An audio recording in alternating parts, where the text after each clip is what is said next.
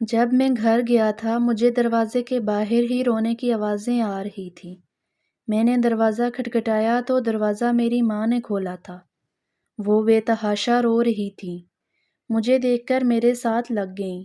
کہنے لگیں برباد ہو گئے، ہم لوگ لٹ گئے۔ میں نے کہا ہوا کیا ہے؟ کہنے لگی تیری بیوی بھاگ گئی ہے۔ یہ سن کر مجھے لگا جیسے کسی نے میرے پاؤں کے نیچے سے زمین ہی کھینچ لی ہو۔ میں نے کہا ماں آپ ہوش میں تو ہیں، وہ کہاں بھاگ سکتی ہے؟ اماں کہنے لگی مجھے کیا پتا کون سے عاشق پال رکھے تھے اس نے، میں نے کہتی تھی کہ اتنی آزادی نہ دو اسے، لیکن تم اسے میکے چھوڑ آئے تھے۔ 1 ہفتے بعد تمہارا باپ اسے واپس لے کر آیا تھا، تب ہی سے اس کے تیور مجھے اچھے نہیں لگ رہے تھے۔ ہر وقت چھت پر چڑھی رہتی تھی، جب میں پوچھتی تو کہتی کپڑے رسی پر ڈال رہی ہوں۔ میں نے کہا ماں اس کی عمر تو دیکھیں، 13-14 سال کی ہے، وہ بھلا کیوں بھاگنے لگی؟ ماں کہنے لگی بہت تیز لڑکی تھی، اتنی سی عمر میں اس نے ہمیں ذلت کے اندھیروں میں پھینک دیا ہے۔ مجھے تو لگا جیسے کسی نے میرے جسم سے جان نکال لی ہو۔ میں اندر آیا تو میری بہن بھائی چپ چاپ گردن لٹکائے بیٹھے تھے، میرے والد بھی اپنا سر پکڑے بیٹھے تھے۔ اماں کہنے لگی پرسوں رات سے وہ غائب ہے۔ میں نے کہا تو آپ نے مجھے بتانے کی ضرورت نہیں کی؟ اماں کہنے لگی تمہیں اتنی دور کیا بتاتے، ہماری تو عزت کا جنازہ ہی نکل گیا ہے۔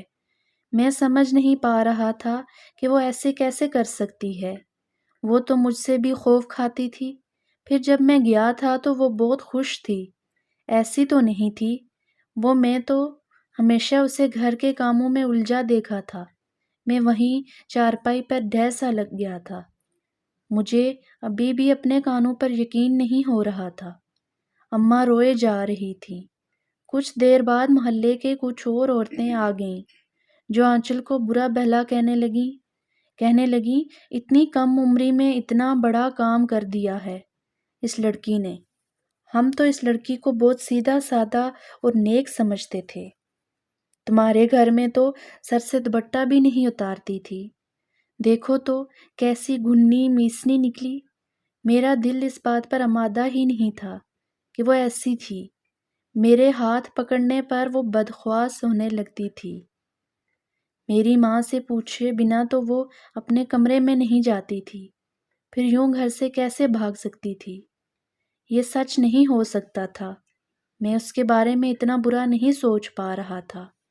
میری آنکھوں سے آنسو بہنے لگے، میں بھی پریشان تھا، مجھے یقین نہیں آ رہا تھا کہ وہ اتنا بڑا قدم بھی اٹھا سکتی ہے۔ میری آنکھوں کے سامنے اب بھی اس کا وہی مسکراتا ہوا چہرہ تھا جب میں نے اس کو آخری بار دیکھا تھا۔ کچھ ہی دیر میں مامی بھی آ گئیں اور رونے پیٹنے لگیں۔ میری ماں کہنے لگی تمہاری بیٹی نے تو ہماری عزت کا جنازہ ہی نکال دیا ہے۔ مامی کہنے لگیں ایسی نہیں تھی وہ، ایسا ہو ہی نہیں سکتا، میری بچی اتنا بڑا قدم اٹھا ہی نہیں سکتی، وہ تو پانی تک آپ سے پوچھ کر پیتی تھی۔ میری ماں کہنے لگی یہ سب دکھانے کی باتیں تھی، اصل میں گز بھر لمبی زبان تھی اس کی، وہ تو میں ہی تھی کہ میں اپنی سمجھ کر اس کے عیبوں پر کبھی نظر نہیں ڈالی، مجھ پر تو کوئی قیامت ٹوٹ گئی تھی، چھوٹی بات تو نہیں تھی یہ، جو بھی آتا 100 باتیں کر کے چلا جاتا۔ میری مامی رو دہو کر واپس چلی گئی تھیں۔ 3 دن گزر گئے تھے اور یہ 3 دن میں نے بڑی مشکل سے گزارے تھے، اس بات پر یقین نہیں کر رہا تھا۔ چوتھے دن گھر کے دروازے پر دستک ہوئی، رات کے 4 بجے کا ٹائم تھا، سب سو رہے تھے، بس میں جاگ رہا تھا اور صحن میں رکھی چارپائی پر ہی لیٹا تھا۔ دستک بڑی آہستہ سے ہوئی تھی، میں نے اٹھ کر جیسے ہی دروازہ کھولا تو سامنے آنچل کھڑی تھی، کالے رنگ کی چادر لپیٹ رکھی تھی، چہرے پر نیل کے نشان تھے، آنکھوں میں آنسو تھے۔ میں نے کہا کہاں تھی تم؟ میرے یہ پوچھنے پر وہ ڈگمگاتے قدموں سے اندر آئی اور وہیں گر گئی اور بے ہوش ہو گئی۔ میں چلا چلا کر اسے جگانے لگا، میری بلند آواز سن کر میری والدہ اور میرے والد اور بہن بھائی بھی باہر آ گئے۔ آنچل کو یوں بے ہوش دیکھ کر پہلے تو سبھی حیران ہوئے تھے۔ پھر میری ماں کہنے لگی، آ گئی یہ منہ کالا کروا کر۔ میں نے اپنی بہن کو بولا ٹھنڈا پانی لے کر آؤ۔ میں نے ٹھنڈے پانی کے چھینٹے اس کے منہ پر مارنے شروع کیے، لیکن وہ بے سدھ لیٹی رہی۔ میں نے اسے اپنی گود میں بھرا اور اسے کمرے میں لے جا کر لٹا دیا۔ میری اماں کہنے لگی، اسے ہوش آ جائے تو طلاق دے کر اسے گھر سے نکال دینا۔ ایسی لڑکی کو میں اپنے گھر میں نہیں رکھوں گی۔ میں نے کہا، پہلے اسے ہوش میں آنے دیں، پھر میں اس سے پوچھوں گا کہ ہوا کیا تھا۔ میری بات سن کر اماں کہنے لگی، پوچھنا کیا ہے؟ ارے کیا تم اندھے ہو؟ تمہیں نظر نہیں آتا؟ 4 دن اپنے عاشق کے ساتھ منہ کالا کروا کر آئی ہے۔ میں تو یہ سوچ رہی ہوں کہ اس کی یہاں پر دوبارہ آنے کی ہمت کیسے ہوئی۔ میری ماں اور میرے باپ دونوں غصے میں تھے۔ میرے والد بھی کہنے لگے کہ ہم اس لڑکی کو گھر میں نہیں رکھیں گے۔ میں نے کہا کہ جب تک آنچل سے حقیقت نہ جان لوں تب تک میں کچھ بھی نہیں کروں گا۔ میری اس بات پر اماں کہنے لگیں، ارے تجھ پر کون سا بھوت سوار ہے اس لڑکی کا؟ ارے کوئی شادی شدہ لڑکی ہو، بچوں کی ماں ہی کیوں نہ ہو، ایسی بدکاری اگر کرے تو مرد لعنت بھیجتا ہے اس پر، اور ایک تو ہے کہ اس کی جھوٹی کہانی سن کر اس پر فیصلہ کرے گا۔ میں نے کہا، اماں بات تو کرنی پڑے گی نا، کوئی گائے بیل بکری تو نہیں ہے، میری بیوی ہے۔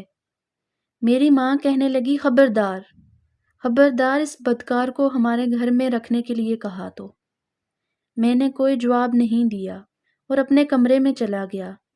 میری اماں باہر سے چلا چلا کر شور مچا رہی تھی کہ اے بدبخت، اس کے کمرے میں کیا کرنے گیا ہے؟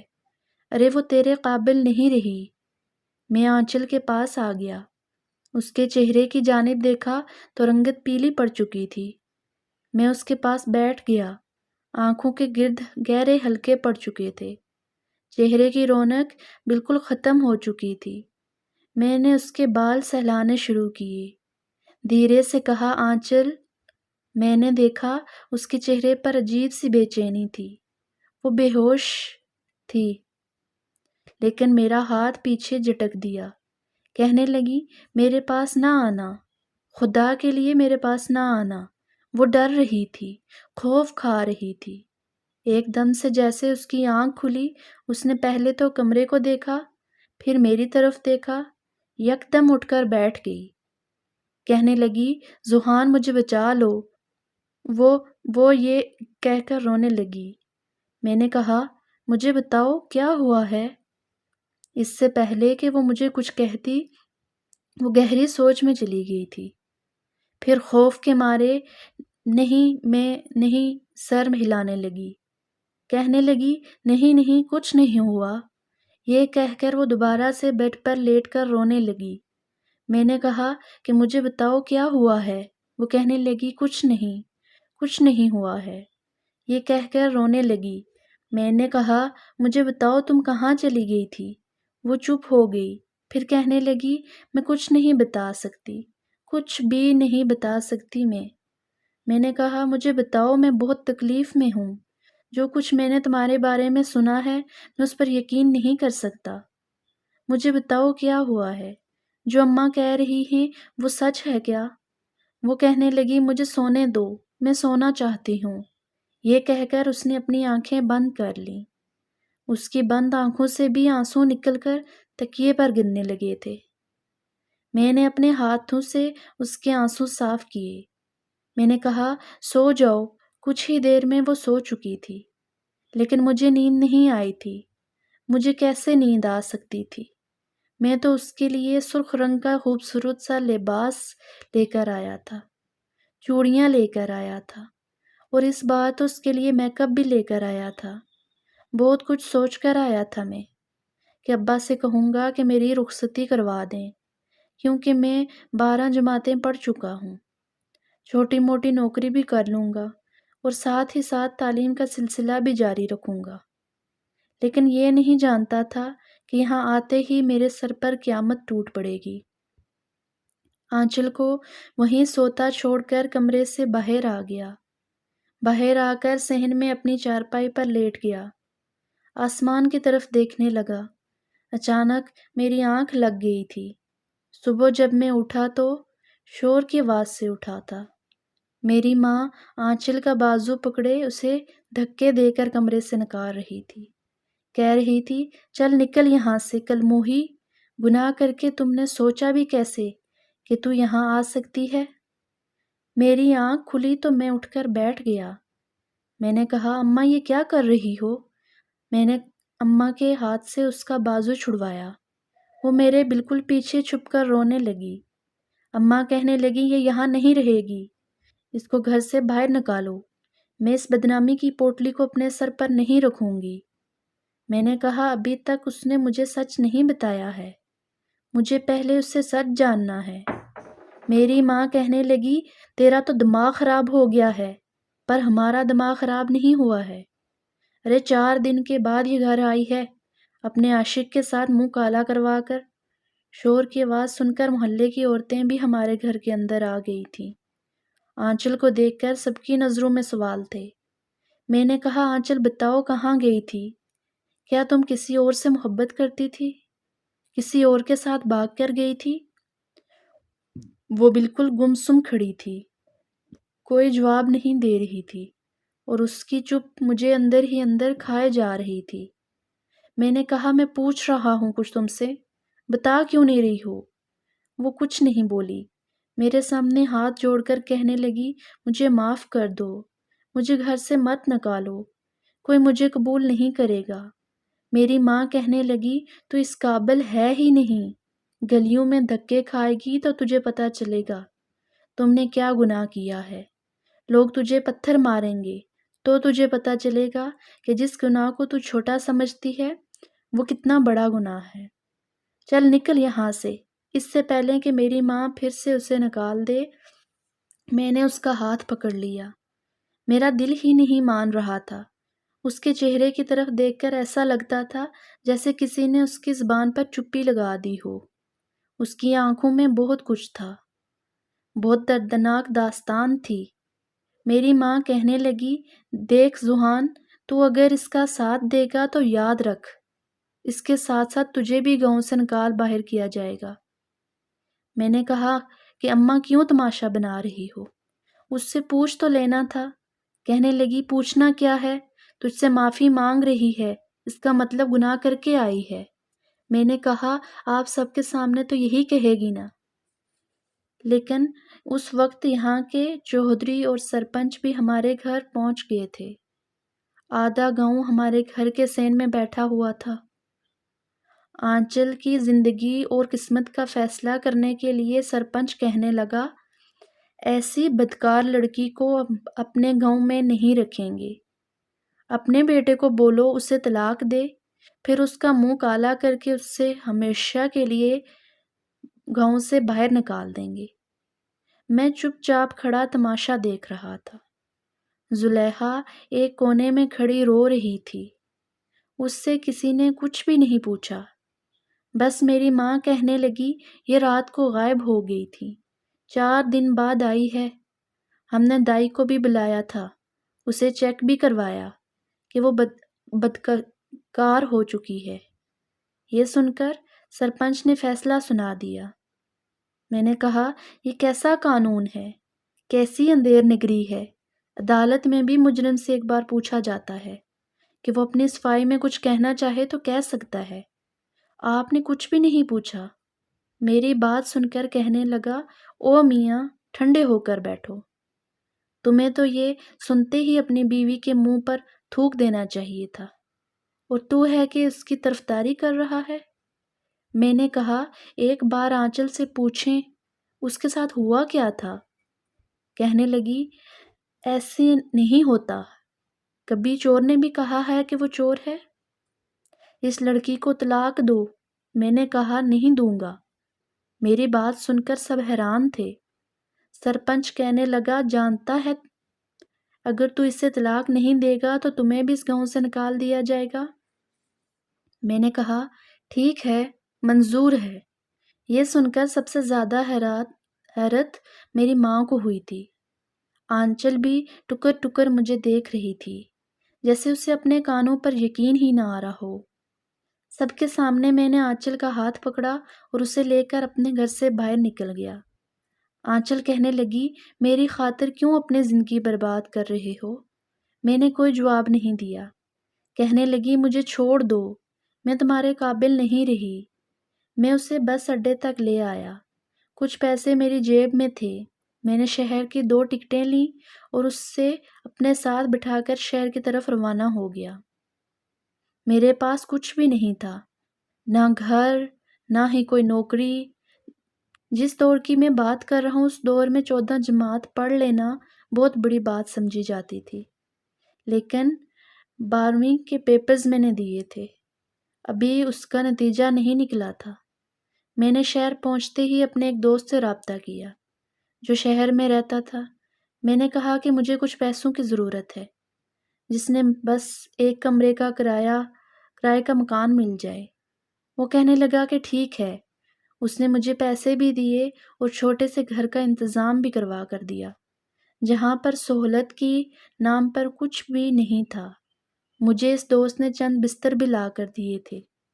میں نے دوست سے کہا کہ میں گھر جا کر ٹیوشن پڑھا لوں گا، تم میری کہیں نوکری لگوا دو۔ وہ کہنے لگا، میں چند ایسے امیر گھرانوں کو جانتا ہوں جو کہ اپنے بچوں کو گھر میں ہی ٹیوشن پڑھوانا چاہتے ہیں اور فیس بھی معقول دیں گے۔ میرا یہ کام لگ چکا تھا۔ آنچل اب بھی چپ چپ رہتی تھی۔ صحن کے ایک طرف اس نے مٹی سے چھوٹا سا چولہا بنا لیا تھا، وہیں لکڑیاں جمع کر کے کھانا بنا لیتی تھی۔ چند دن گزر گئے تھے، نہ تو میں نے آنچل سے کوئی بات کی، نہ اس نے مجھ سے پہلے جیسی کوئی بات کی۔ پھر ہم لوگ تھے بھی ابھی کم عمر۔ میں 18 سال کا ہوں اور وہ 14-15 سال کی، اور اس کم عمری میں جو کچھ اس نے دیکھا تھا، میں اپنی عمر سے کافی زیادہ تھا۔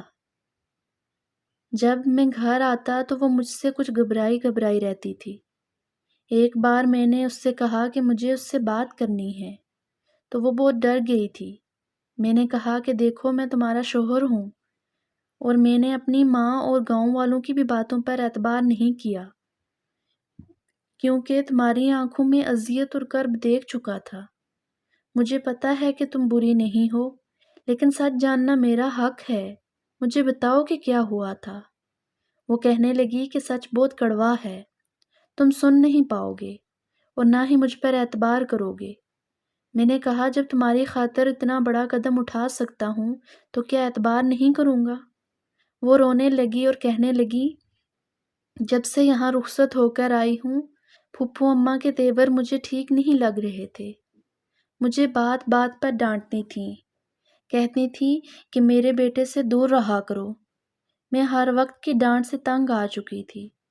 ایک بار میں نے بھی کہہ دیا کہ ذوحان آئے گا تو میں بھی اس سے صاف کہہ دوں گی کہ پھپھو اماں میرے ساتھ اچھا سلوک نہیں کرتی۔ یہ سن کر پھپھو مجھے اور بھی ڈانٹنے لگی اور میرے منہ پر تھپڑ بھی مار دیا۔ میں نے روتے ہوئے بھی یہی کہا کہ میں ذوحان کو بتاؤں گی۔ ایک بار ایک پڑوسن گھر آئی، پھپھو اماں سے کہنے لگی کہ میری بہو بھی یوں ہی زبان چلاتی تھی۔ میں ایک پیر بابا کے آستانے پر گئی تھی تو انہوں نے ایسا تعویذ دیا کہ میری بہو میرے آگے زبان چلانا بھول گئی۔ مجھے ان باتوں پر یقین نہیں تھا۔ پھپھو اماں کو شاید یقین تھا، اس لیے پڑوسن کے ساتھ چلی گئیں۔ اگلی بار کہنے لگیں، تیار رہنا، پیر صاحب کے آستانے پر جانا ہے۔ میں نے انکار کیا تو کہنے لگیں، اگر تو سیدھی طرح میرے ساتھ نہیں گئی تو میں تجھے گھسیٹتے ہوئے لے کر جاؤں گی۔ ان کے غصے کو دیکھ کر میں چلی گئی۔ میرا ویسے بھی ان باتوں پر یقین نہیں تھا، اس لیے میں نے سوچا کہ کیا کروں اور کیا کر لیں گی مجھ پر۔ جب میں وہاں گئی تو اس پیر نے مجھے دیکھا اور دیکھتا ہی رہ گیا۔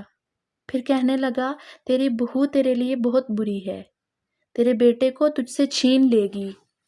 اس لڑکی کا حسن اس کی کم عمری میں ہے تو اس کے ہوش اڑا دیتا ہے، تو پھر کچھ اور بڑی ہو گئی تو تیرا بیٹا اس کا ہی ہو جائے گا۔ وہ کہنے لگی، پھر کیا کرنا چاہیے؟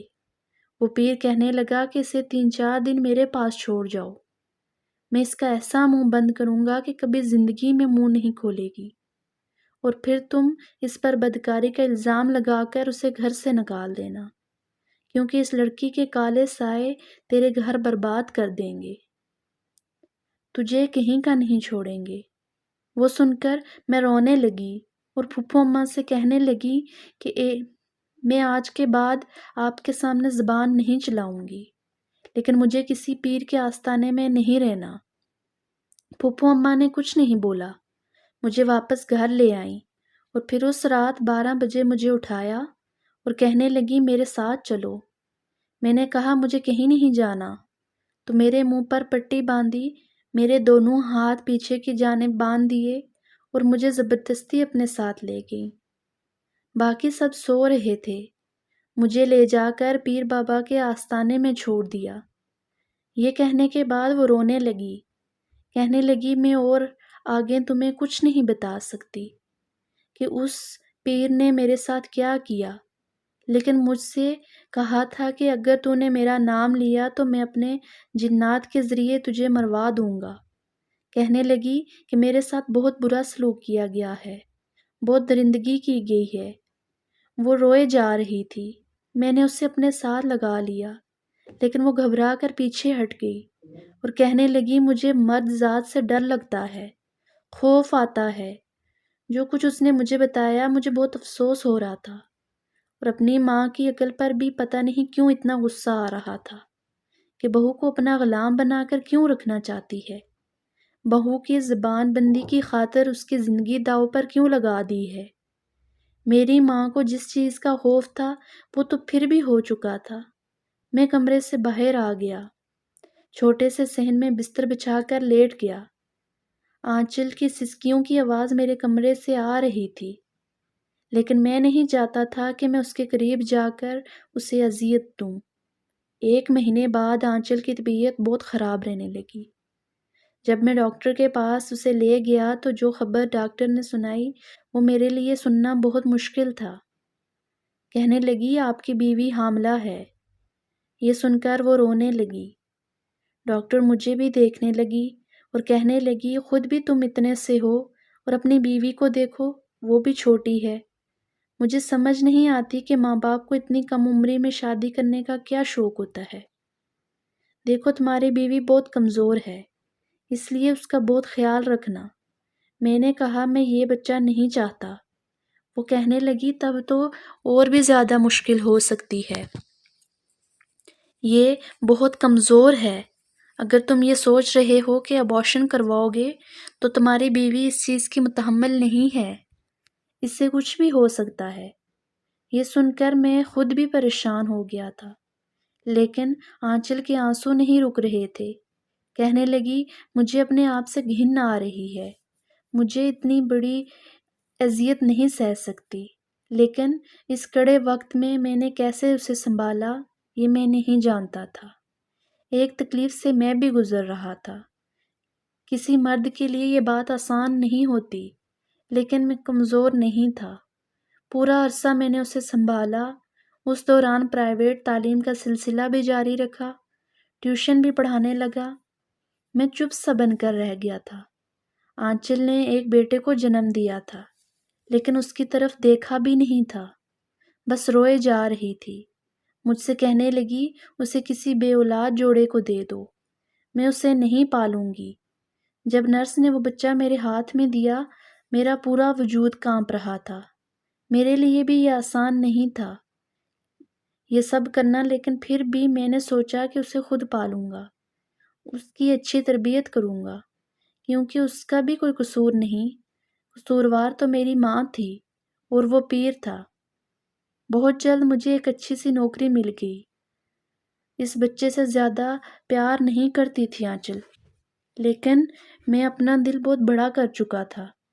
اس بچے کو بالکل اپنی اولاد کی طرح پال رکھا تھا۔ پھر مجھے گاؤں سے یہ خبر ملی کہ میری ماں بہت بیمار ہے، مجھ سے ملنا چاہتی ہے۔ میں آنچل کو لے کر گاؤں چلا گیا۔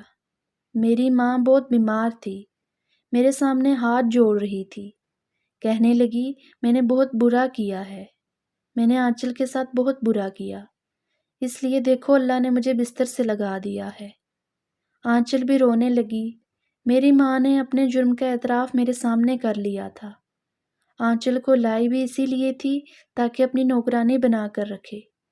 پھر یہ خبر ملی کہ پیر کو پولیس پکڑ کر لے گئی ہے، کیونکہ اس نے کہیں لڑکیوں کی زندگی برباد کی تھی۔ گاؤں والوں کو بھی عقل آ گئی تھی کہ پیر سچے نہیں ہوتے، جھوٹے بھی ہوتے ہیں۔ میں نے اپنی ماں کا علاج کروایا، چند مہینوں میں وہ بالکل ٹھیک ہو گئی تھی، لیکن میں واپس گاؤں نہیں گیا۔ میں نے اپنی رہائش شہر میں ہی رکھی تھی۔